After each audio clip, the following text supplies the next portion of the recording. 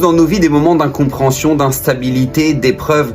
Mais ce qui est attendu de nous dans ces moments-là, c'est de ne surtout pas lire notre vie à l'envers. Et je m'explique. Beaucoup de gens au moment de l'épreuve sont « Ah ouais, mais c'est quoi cette épreuve? Mais je galère, j'en peux plus, je suis au bout !» Et une fois que l'épreuve est passée, ils disent « Incroyable!